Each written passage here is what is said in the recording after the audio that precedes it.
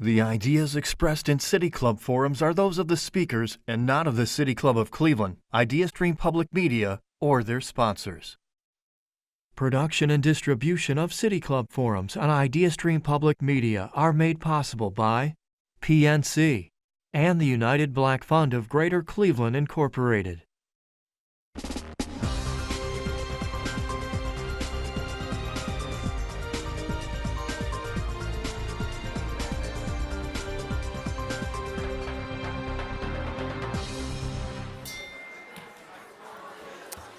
Good afternoon, and welcome to the City Club of Cleveland, where we are devoted to conversations of consequence that help democracy thrive. It's Friday, September 5th, and I'm Cynthia Connolly, Director of Programming here at the City Club, and pleased to introduce today's forum, which is the Ibn Sina Society Forum at the City Club of Cleveland and part of our Authors in Conversation series. One of the most underreported casualties of any war or conflict is culinary culture. It's not just family recipes that might get lost. It's also health, sustainability, and human rights. Anthony Bourdain knew exactly what he was doing as he trekked the world to remind us all about the joy of food, its role in finding common ground, and bridging divides. By recognizing how important food is to our essential humanity, you can see how the loss of culinary traditions lead to an erasure of culture and identity.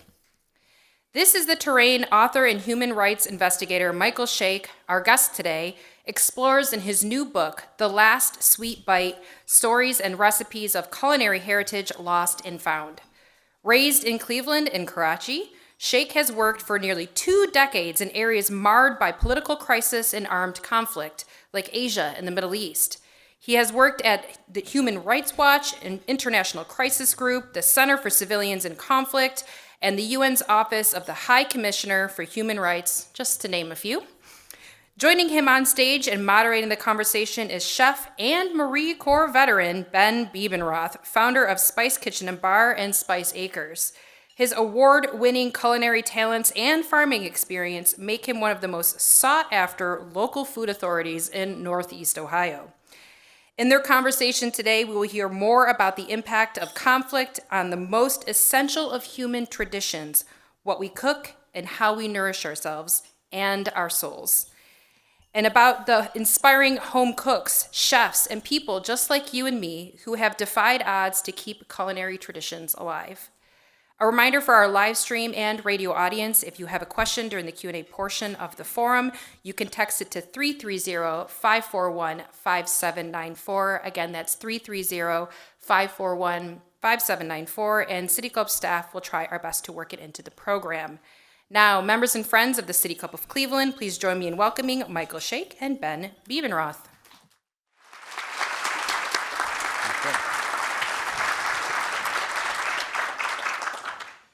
Michael, it was awesome to meet you. I loved our time that we spent just like chatting through the book. And as I told you, sometimes food people don't read a lot of food books. Right. So when Dan asked me to do this, I was like, absolutely. And I was like, oh man, I don't know if I want to read a food book. And of course, in true fashion, I procrastinated. And as soon as I cracked it open, I was like, oh my God, these stories have so much depth, so much humanity, so much humility. And it pivoted me off of thinking, oh, this is a food book. This is actually not a food book. So your background, in a lot of ways, shaped this becoming a food book. And I just thought, man, tell the people what you've seen, where you've been, and how this kind of came to be. All right. Well, first, thanks to the City Club. Thank you to all of you for coming. And Ben, just a plug for you, 10 years ago, you catered my wife and I's wedding. Thank you for your trust. Yeah. As well as my sister's last year. Oh, nice. But we recently celebrated with our 10th anniversary with a few friends, and they still talk about our food at our wedding. Awesome. So, thank you. I'm honored. Yeah. So a little bit about me. I, for a long time, was a human rights investigator for organizations like Human Rights Watch, the International Crisis Group, and the UN. A lot of my job focused initially on documenting and investigating war crimes, mostly around civilian casualties in places like Afghanistan or Pakistan. And I helped do the initial investigations for the genocide of the Rohingya in Myanmar for the UN in 2013 and 14. I've worked in places like Syria as well, Mali. And a lot of this book is based on that time. In fact, there was a dinner that I had in Afghanistan in kind of, I want to say 2008 or 9. I had been in the country for about 4 years. I've been working for Human Rights Watch. My job there was documenting civilian casualties, both caused by NATO and the US, as well as the Taliban. And I had nearly been blown up. And a friend of mine investigating one of these instances, and a friend of mine kind of took me in for the weekend, and we're gonna calm you down. And he cooked me this incredible dinner, and his name was Tamim, and Tamim is an Afghan, and like many Afghans, had been a refugee many times in his life. He fled the Soviet invasion in 1979, went to Pakistan, went to Iran, later went to Europe and then the United States, and had come back after the Americans came to Afghanistan, and that rebuilding process was underway. And Tamim had this incredible meal on the table, and there was things I had never seen before. I had been in the country in almost every province, and had eaten all over the place, and there was this food I hadn't seen. I was kind of thrown. I was really confused, and I asked Tamim if it was Afghan, and it was kind of an arrogant question if you think about it. How can you know a country's entire cuisine just in 4 years? But Tamim, the reason I asked was if it was Afghan was because Tamim had been in all these places in the world, and he's an incredible cook, and I thought he'd brought it all together in this dish, this golden stew of chickpeas. It was so beautiful. I'm like, is it Afghan? He's like, no, it's not. And in that moment, he started explaining to me that the reason I hadn't seen it before was because Afghans had taken a lot of their culinary knowledge with them when they had fled the wars. And people had been forgetting about the dishes, the old dishes. Ingredients got too expensive because of the war, so people couldn't afford to make certain dishes like this.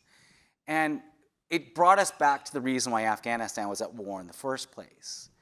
And after that moment, I started really doing a lot of my investigations over a meal. Interviews over a meal. When you're interviewing a victim of a war crime or someone who's experienced genocide, you're usually asking them to recount the worst moments of their lives. So I'd often do it over a meal to kind of break up the conversation, because it can get really intense. You can focus on something outside the violence for a few minutes. And inevitably the conversation would turn to the food, and people would start telling me, they asked, where did you get this food? Why did you choose this? And they would start telling stories about how this ingredient was disappearing, or how hard it was to get certain dishes. And I just started asking everywhere I went, how is the violence changing the food? And people had these incredible stories. I would have people rip notebooks out of my hands and write down recipes to have me take them out of the war zone so they wouldn't be lost. And it happened multiple times. And I went back one day a few years ago to get one of these recipes to cook it for some friends, and I found notebooks like this with a few recipes in the margin, oh my God. And that's kind of how the book came to be. I wanted to write stories about human rights that brought in a broader community, not just human rights activists and policymakers, but everyday people like ourselves, to build bridges between communities that don't have connections between them. And food was that bridge. And so I intended to kind of write a cookbook, but I had all these recipes. I'm like, well, I got to tell the stories about the people in the book. And I got to tell, well, what happened to them? And I ended up writing these entire chapters around these recipes. So that's the story of the book, for those who haven't read it yet. Great answer. As I opened the book, in true ADHD form, I just opened it to the middle. And, see what's in there. And I opened it to the chapter of cooking with the coca leaf. And as a student of the 90s and the Just Say No and the DARE programming and all that, I was always fascinated by the war on drugs as a war on culture. Yeah. And what was most shocking and revealing to you, I'm interested in, about the experience of being in Bolivia and cooking with the coca leaf? That's a really great question. And actually, that was one of I had the most fun researching that chapter in a lot of ways. Everyone, Okay, I see where you're going. I see where you're going. That didn't take long. I was very interested in the war on drugs, and I was very interested in its impact, that type of violence on culinary traditions. And I had read these stories about chefs in the Andes cooking with coca leaf. Coca leaf, as many of you may know, is the plant in which cocaine alkaloid is derived to make cocaine.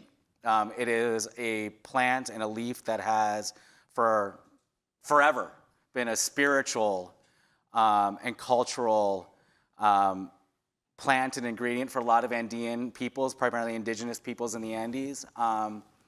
And it was only really with kind of the Western gaze and on the Andes that cocaine became what it is today. Cocaine is not really a thing in these communities. And chefs in the Andes were cooking with coca leaf. And I was reading these articles, and I thought it was a bit of a gimmick, to be honest with you. And I really just wanted to explore it. And my wife and I went down to Bolivia for a month or so and met some really incredible chefs like Marcia Taha, who I mentioned in the book, who had been cooking with coca leaf at her restaurant then, Gustu. And it kind of opened my eyes to, one, when she brought out the coca leaf for us to eat the first time, it was like deep fried, and it was like a potato chip almost, and it was placed in this brown butter that she had infused with coca leaf and had like stacked them in, like it would look like a stegosaurus almost. It was really great. And it was the first time I had eaten coca leaf. And again, I had this kind of gimmicky thing, and I was like, oh my God, I'm eating a drug, and but it forced you to confront all those stereotypes right away.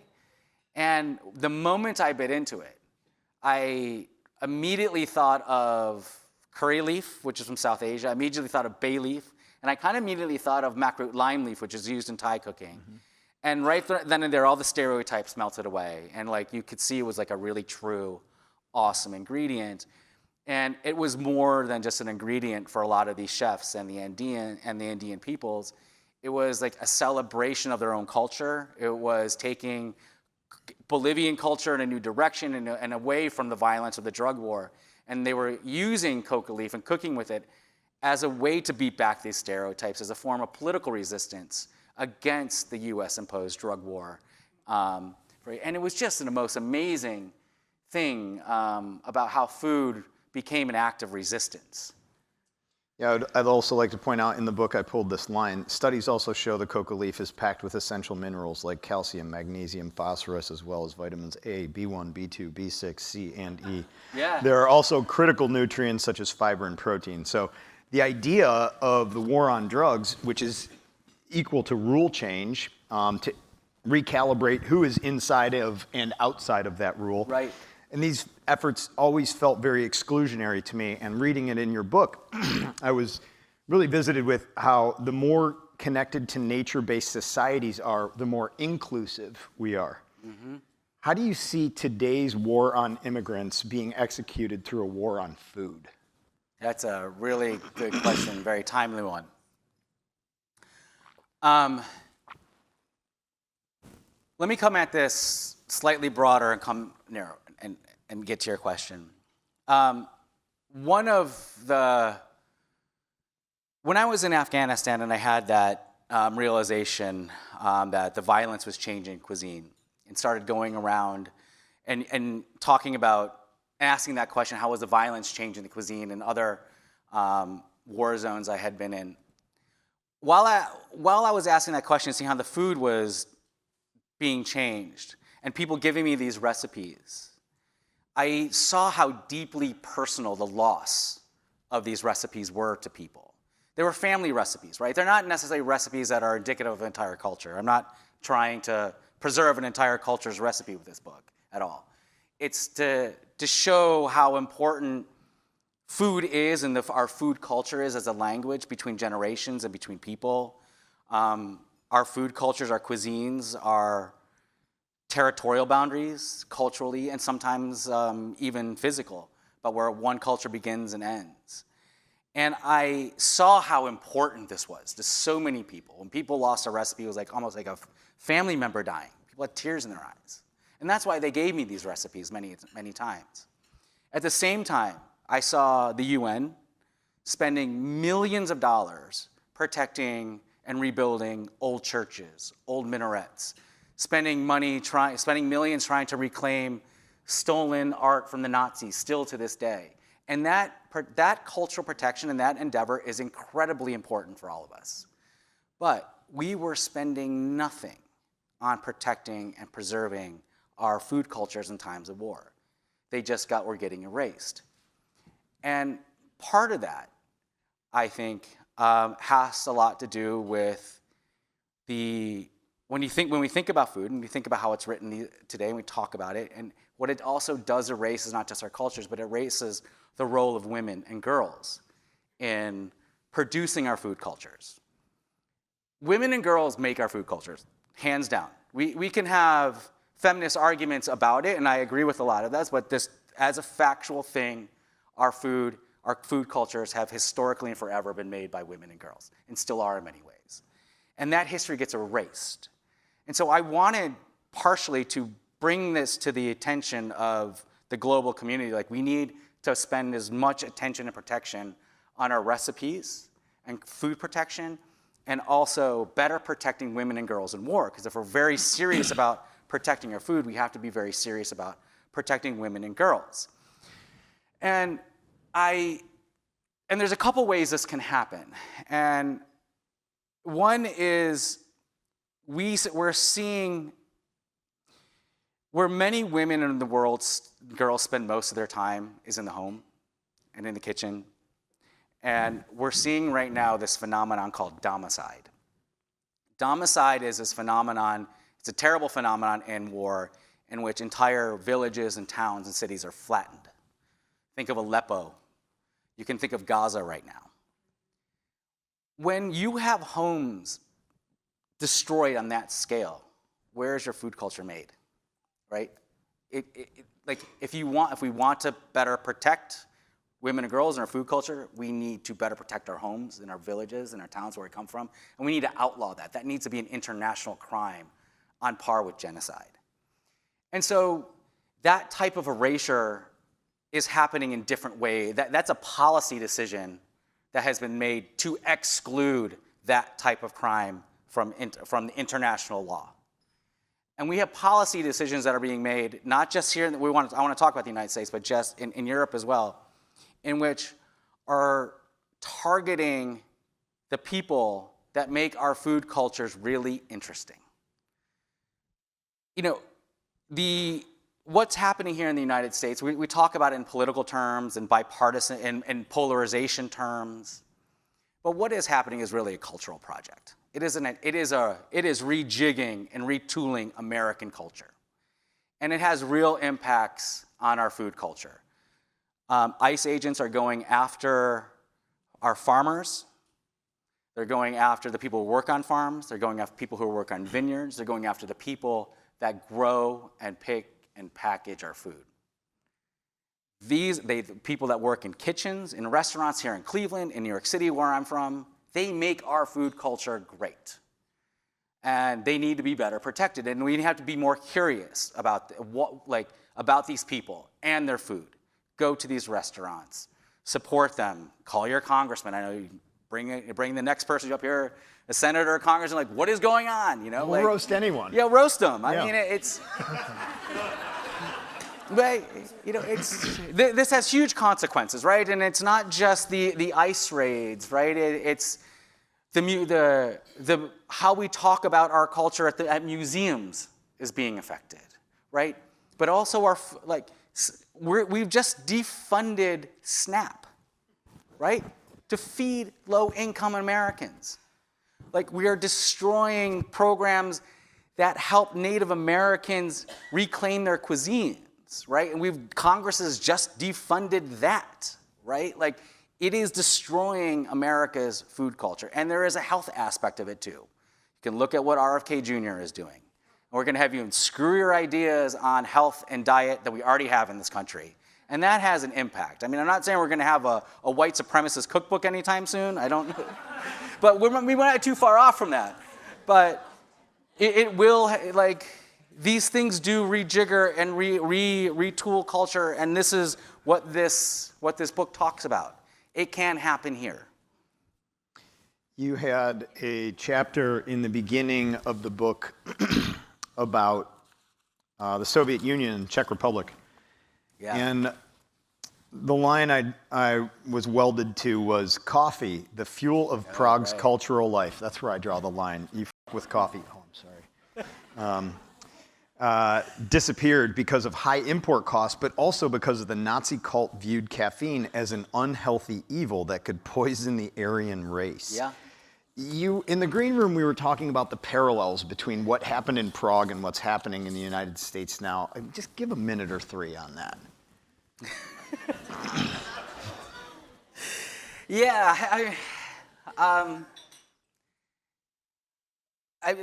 the Czech Republic chapter it's something I've been thinking a lot about. It's the first chapter in the book.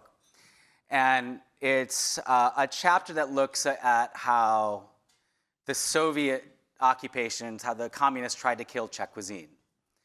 And how they tried to do that was forcing everyone to cook from the same cookbook. They had the communist cookbook. I got a copy of it at home in Brooklyn, and it's this gigantic tome. It's this leaden thing. Like, I mean, if it fell on you, you'd die. Like, it's that big. Communism or the book? Both of them. Okay. Yeah.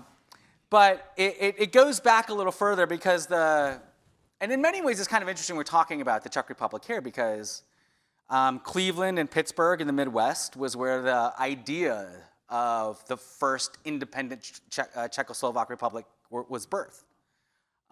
Yeah, it was here in Cleveland and in Pittsburgh.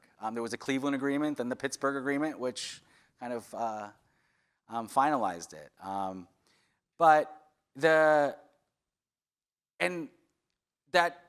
After those agreements are signed, the Czech Republic, the first Czechoslovak Republic, was like the high water mark of Czech cuisine. And Prague at that time, between 1918 and 1938, was one of the best places to eat in Europe. It was on par with Paris, and Vienna. And people would go from all over Europe and eat there. It was a fantastic place, and these gigantic kind of ballroom-style restaurants, and there's champagne glasses clinking everywhere, and awesome food. They were using gnocchi in ways that one writer said to me or wrote that before the Italians ever kind of thought about. That's how kind of creative Czech cooks were at that time.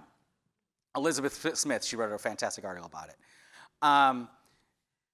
But the Nazis, when they took over the Czech Republic or Czechoslovakia and divided it, really did a lot of damage, you can imagine, to Czech cuisine. They kicked out, they deported a lot of Jews, killed a lot of them, had two different menus for Czechs and Germans. Obviously, the Germans had a much better menu in restaurants than Czechs had. And it just created this downward spiral of Czech cuisine. And then the communists took over after World War II, and incredible amount of Soviet influence and a process called collectivization, in which they took private farms and collectivized them to homogenize the cuisine in a lot of ways and homogenize farming practices and what was grown. So a lot of interesting things disappeared, like asparagus. It just wasn't, it was seen as bourgeoisie food, so they didn't eat it. Pork was introduced because or more pigs were raised because it was cheaper than cattle. So kind of the beef declined, or beef production declined. Then there was this period in the 1960s where kind of there was this opening of kind of Czech politics and culture. This is the era of where Milan Kundera kind of, and Milos Forman, where they kind of got their start these movie producers and great Czech writers that we all have read and movies we watched. And then in '68, in Moscow, kind of like, enough is enough. These Czechs are getting out of control, getting a little too liberal. And they rolled in the tanks and quashed everything and really tried to flatten the culture and homogenize it in such a way that everyone kind of ate and looked the same. And to your point about this and why I think about this, because I live in a city, I live in New York, and I think about what's happening in Washington, D.C., I think about Chicago, I think about L.A. We're waiting for the National Guard, right? We're bracing for that kind of rolling into our towns. And that's in the context of this kind of cultural project that I see happening coming out of Washington, right? Like this conformity that is being forced on us right now. Like, we must think the same. We can't criticize the dear leader. It's the museums all have to say the same thing. They can't criticize, they can't recognize the past. I'm not talking about criticizing the past. Recognizing the truth of the past, right? Not being able to protest, speak your mind, right? So I do see that conformity of the years that the Czechs really talk about and the oppression of that. And it wasn't, and the Czech Republic between '68 and 1989, when the Velvet Revolution happened and the communists were pushed back, it was violent, but not in, it wasn't kind of Gaza violent, which was Baghdad violent, the way that we think about, we're all calibrated, unfortunately, to violence. It was kind of this low hum of everyday people being picked off the street, thrown into prisons, beaten, tortured, the conformity, the monotony. You can't underestimate the violence of monotony in your food and your life. And that's what kind of happened. And I see, it's not a perfect analogy, but I see the contours of that, at least in our big American cities, which, because of freedom of politics, we have voted for a party or a mayor or people who just come from another party who have a different opinion. And that's why, the National Guard might be rolled in just like the Soviet tanks were rolled into Prague in 1968, because people had different opinions. Interesting. On the heels of that, I kind of shifted on my questioning, but I feel people of indigenous roots and dark skin tones tiptoeing through a very sharp masculine culture today, desperately seeking connections with the divine feminine and the roots of natural systems. And I see culinary as a feminine art, if you will. And I think you attributed a lot of where food comes from and who cares for food as in the holding hands of the mothers and daughters of the world. One of the quotes by Chef Ray Naranjo? Ray Naranjo, yeah. From the Pueblo Nations, people are within and part of their ecosystem, not separate from it. And then Chef Ray referred to amaranth as her, not in a gender play, but out of respect. So in the context of this sharp masculine society that we're walking through right now, in which of these cultural and culinary immersions did you feel the most respect and connection to the feminine nature of this planet? Oh, that's a really good question. Yeah. I mean, I would say in Bolivia, and as well as within the Pueblo Nations, I was fortunate enough to be invited into. And I think because both of those chapters really, I was able and given permission to tell stories about indigenous peoples and families and nations. And you quickly learn that the world is not divided into plants and animals. It's divided, there is a division, it's very blurry between the human and non-human world. And so there is a natural respect, an organic respect for not just humans, but the landscapes. The landscapes are imbued with a spirituality, with a being, with a politics. Plants and animals are the same. They're talked about as ancestors. They're talked about as relatives. And it creates a respect for where you live and how you live, and ideas that we now talk about as that are fashionable, sustainability, right? These are old ideas that Western culture has departed from. And I think it would behoove us to go ask for permission to learn from them again about things about how to understand the world. Not necessarily life as linear, but maybe circular. And I think that, that jives a little bit with way that kind of we're starting to think about our lives and climate change now, and thinking about the planet in a more holistic way and how we act within it. So I think those two chapters and the people that I met researching them, I think, were the clearest in terms of both of talking about plants, using pronouns, the femininity around amaranth. I refer to amaranth as a her, too, because I've spent so much time with her that I kind of feel like I know her, right? Like, yeah, we grow so much of it on our balcony. Like, it has blown. We have seeds that are blown into like to the apartments behind us, and kind of lodge themselves in the brick, and there's this big amaranth plant growing out of it. So, but don't tell anybody that. It's big field. But anyway, yeah, so it's like I've developed my own relationship with that because of this. So I think because of that, but they've also taught me a lot of lessons as well. Like, and to go back to the Czech Republic a little bit, this is going, the Czechs have, it's been 20 some odd years since the Velvet Revolution, and they're still kind of trying to relearn what their cuisine was like before the Nazis rolled in, right? What it was like in the First Republic. There is this incredible curiosity amongst a lot of chefs right now there. In Prague, in some ways, there are some restaurants that I've eaten in Prague that are some of the best in the world, right? I think Alma in Prague is one of my favorite restaurants. I think Umetehe, this other beautiful restaurant in Prague, I think has some of the best food in Europe. Maybe, yeah, it's wonderful. But that curiosity of these chefs to go back, it's kind of this back to the future, this kind of archaeology of food, and they're learning, they're really curious. And I hold on to that lesson about keeping that kind of curiosity. And then I look at what I've learned from people like Marian Naranjo, who is Chef Ray's mother, and the people of the Santa Clara Pueblo, and other indigenous chefs and activists like Sean Sherman up in Minneapolis, Brian Yazzie, Kiloa Domingo in Hawaii.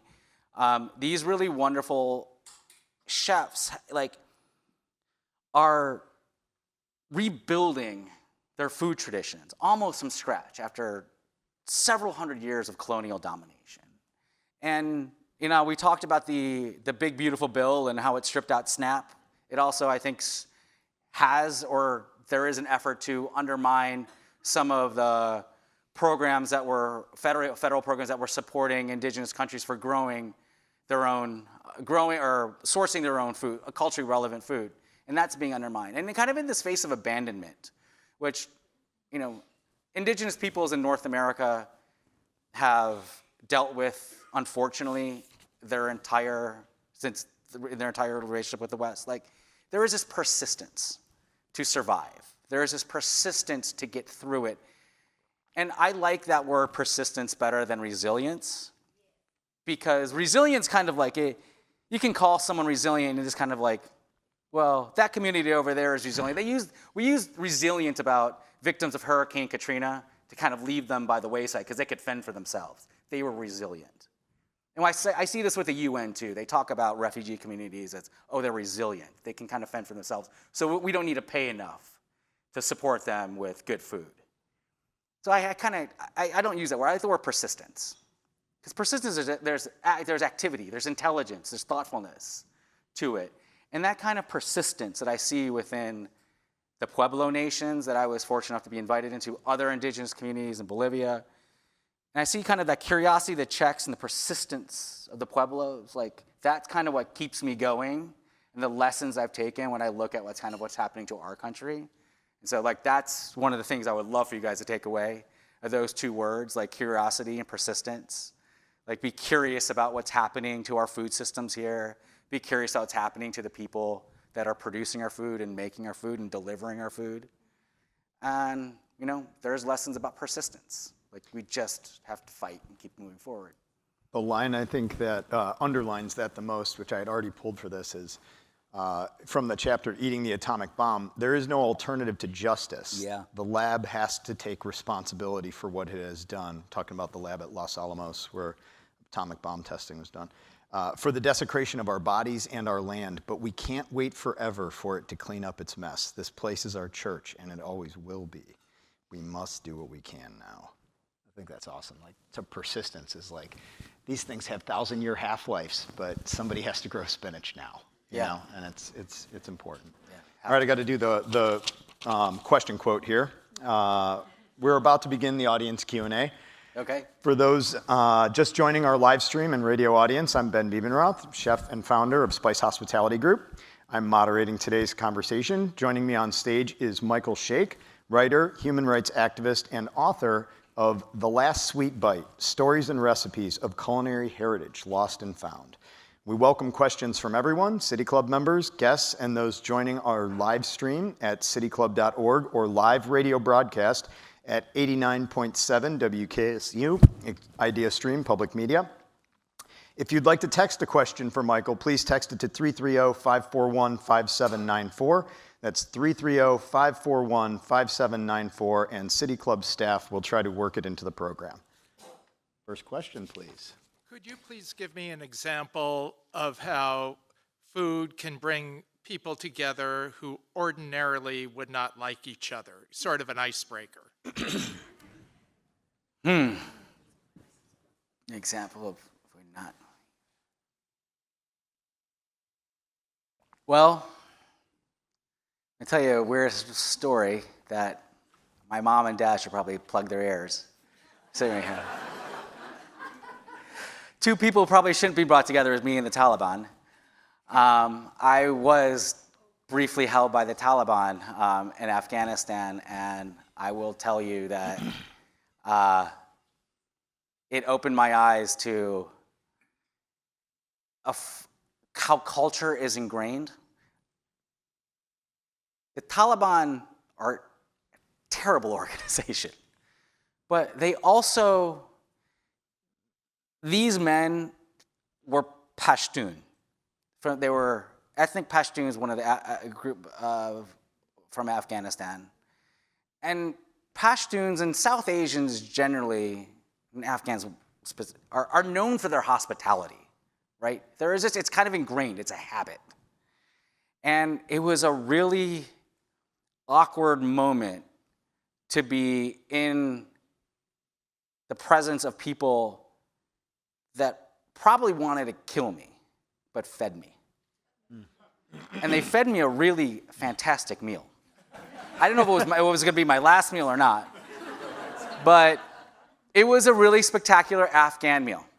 And it was like, I'm like, oh my God, like they can't stop being Pashtun, they can't stop being Afghan. Like they're like that was it. Like it was so stark of this like moment of fear, but yet like I was like their guest at the same time. So that's a weird anecdote. I think you're trying to get at a broader thing about trying to bringing enemies together to eat. I haven't seen that personally, like enemies eating together and something magical happens afterwards. But I don't discount the power of food to be able to do that. My question for you is, since you have traveled Rohingya and Serbia and all of those places, what is your take on Gaza? Is that really a genocide, or is that one of the worst human disaster that we are going through? Gaza is a genocide, in my opinion. And when it comes to food, I mean, this is the biggest food story happening right now. We are seeing a population, we're seeing a nation and another nation withholding food in order to weaken, if not erase them, or erase the Gazans. And let's be clear, the state of Israel has used food and Palestinians' food traditions against them for a very long time. It has attacked, the military has attacked orchards. It has prevented fishermen from going out to sea. Recently, I listened to a Palestinian sea saver talk about how the Israeli government was preventing food with seeds from getting into the Palestinian territories. Now think about that. Food with seeds. That's the ability to grow your own food. And seeds also carry memory. And so if you can't do that, and that was really powerful when I heard that. But if you start taking away the Gazans' ability to fish, they've been seafaring people forever. Like you destroy that, you start destroying those people. And I think, we're looking at starvation. That is a weapon of war. I also think that we need to look at the flip side of that, in that forcing people to eat foods that are not of their own. And right now, we're seeing this in Western China, in Xinjiang, with the Chinese Communist Party forcing Uyghurs who are of Islamic heritage to eat pork and drink alcohol in order to adjust their food taste. They're doing very much what the Canadians, the Australians, and the Americans have done in our earlier phases of our country, stealing children from their families, taking them and putting in boarding schools very far away, forcing them to speak another language and eat other foods in order to erase their Uyghur heritage. And so we're seeing that not just in using food as starvation as a weapon of war, but forcing people to eat different foods as a weapon of war. Hi, my name is Jennifer Brush. I was a U.S. diplomat for 30 years. Oh, thank you. Mostly in war and conflict zones in the Balkans. Oh, wow. And so I was in Sarajevo in 1992, where one of my new friends happens to be from. And we were there after the city had been under siege for 2 years, was under siege for another 2 years, 4 years total. So the Bosnians used to smuggle meat under the tarmac, and they'd get it to one little kiosk at an open air place. And in our embassy, we were each delegated one person a week to go to that kiosk and pick up some meat, dodging sniper fire.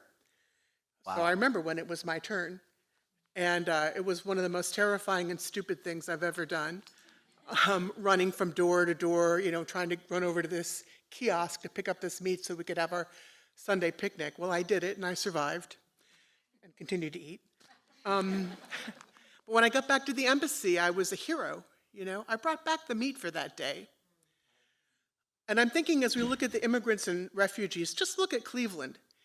They've been doing that for years, trying to be a hero every day of their lives, just to bring food home safely and risking their lives to do it. Mm-hmm. So thank you very much for this book that you've clearly written just for me.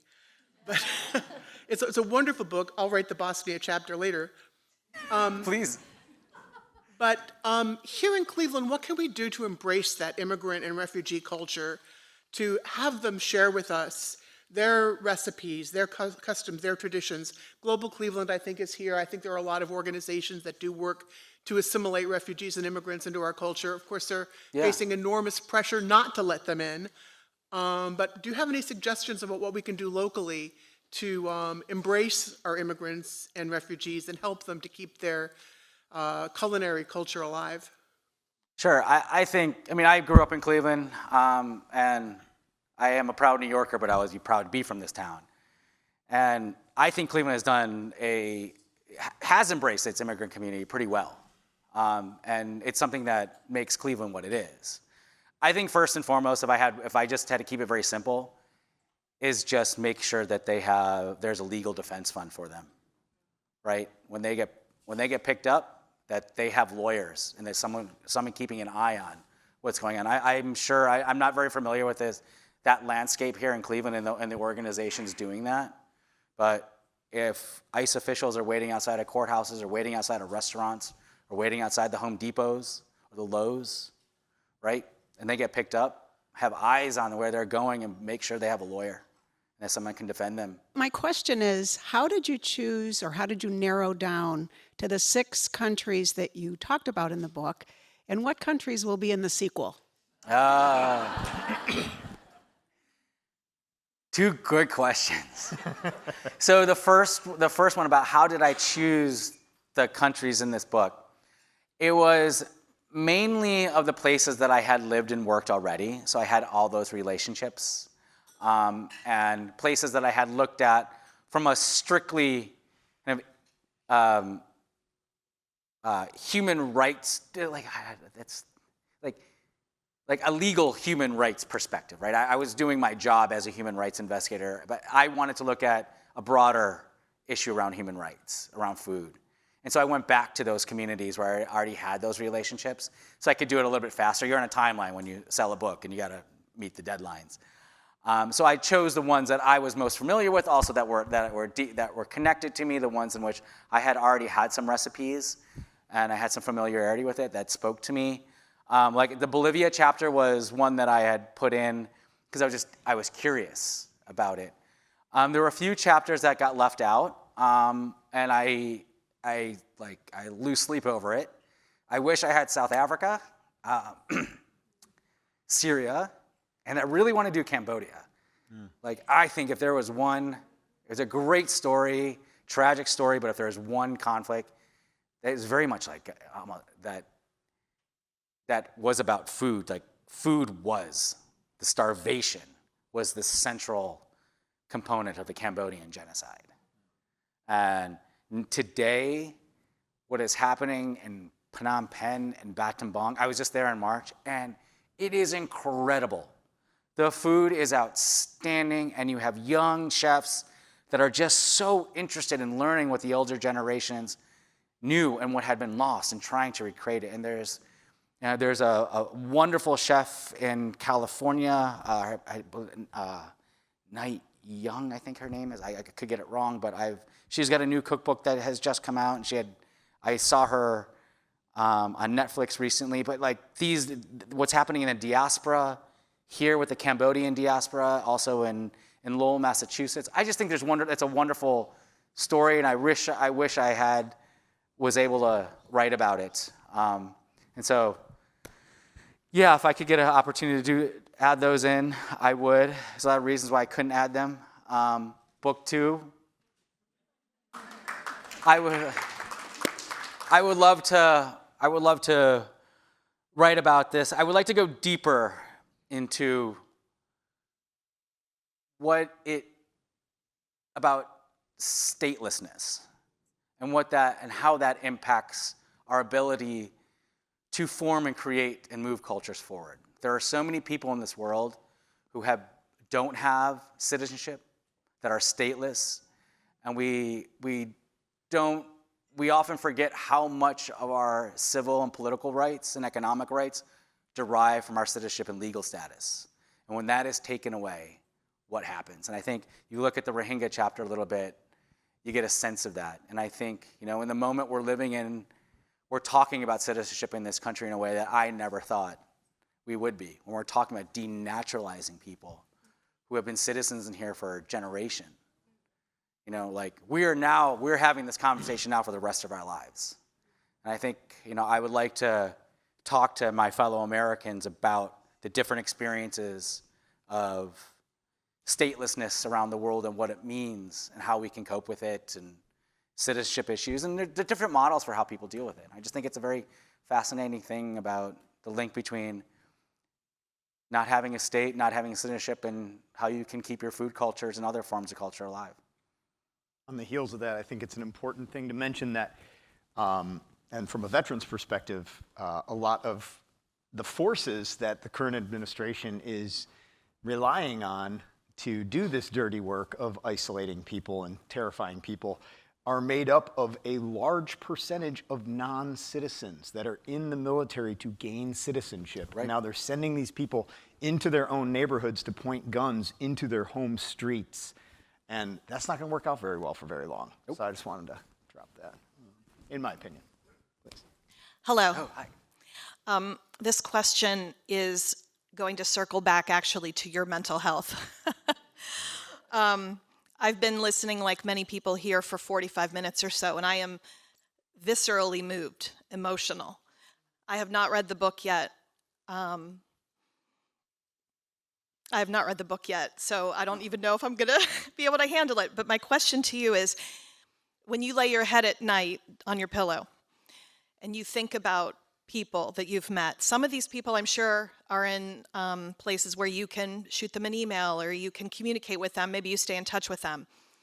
But based upon your wealth of work, your body of work prior to being an author, I'm guessing that there are people that you have encountered whose stories live with you that are very difficult to reconcile. Maybe you don't even know what happened to those people. So I'm wondering if you could talk a little bit about how you handle that, how you reconcile that with yourself, and just share maybe some of your coping mechanisms that you've had to develop in unearthing some of these really difficult topics as you wrote what I think is an extremely important and positive book for all of us to read. Thank you. Thank you for that question, so just, I know we're talking about some heavy stuff, but there's really, it's heavy and light at the same time. I really like the recipes are wonderful. I really like, and it really adds a lot of texture to the stories you hear. In some ways, I wish I had put the recipes first and then you get the story rather than, but anyway, I had some really fantastic mentors in my professional line of work that were constantly watching out for me and making sure that I wasn't putting myself in too dangerous of spots. But in terms of you always carry those people with you. I mean, I think about that. I think about the first interviews that I ever did in Afghanistan. I can tell you all their names, but it's harrowing, it's dark, but the fact that I was talking to them, they survived.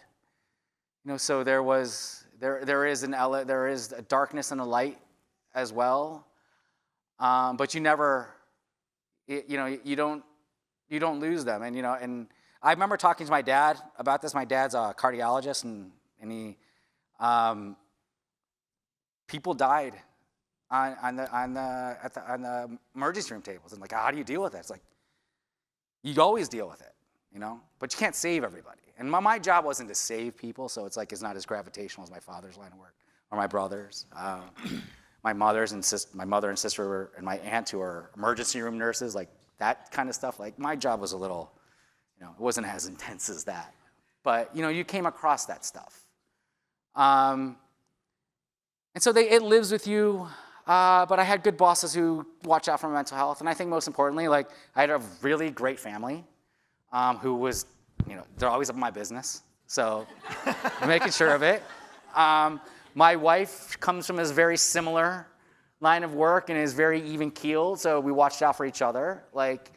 I also, I was around a lot of people in war zones, war correspondents and others, and my fellow human rights colleagues who dealt with this in unhealthy ways.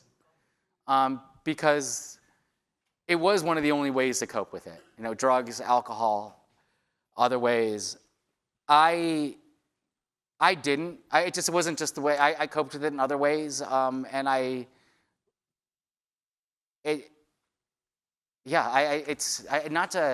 all of those things. I mean, they're all a mix of all of that. I never medicated myself in that way, or felt that I wanted to sometimes, but I didn't need to, and.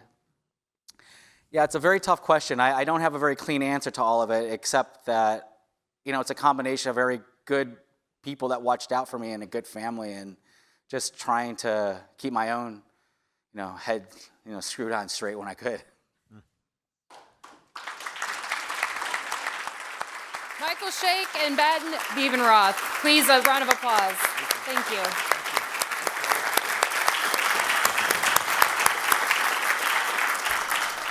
Forums like this one are made possible thanks to generous support from individuals like you. You can learn more about how to become a guardian of free speech at cityclub.org.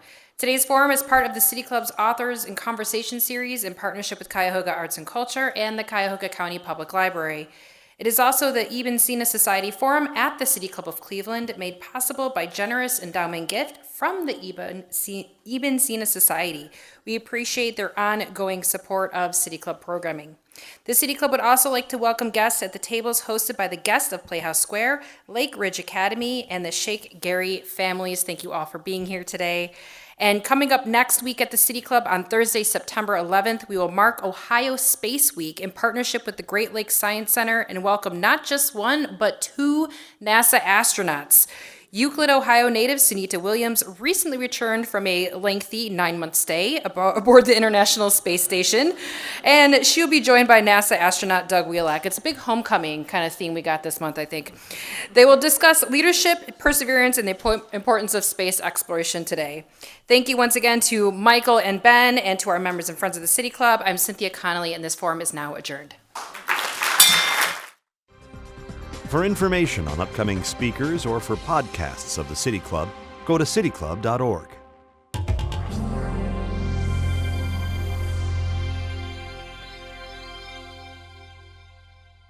The ideas expressed in City Club forums are those of the speakers and not of the City Club of Cleveland, IdeaStream Public Media, or their sponsors. Production and distribution of City Club forums on IdeaStream Public Media are made possible by PNC and the United Black Fund of Greater Cleveland Incorporated.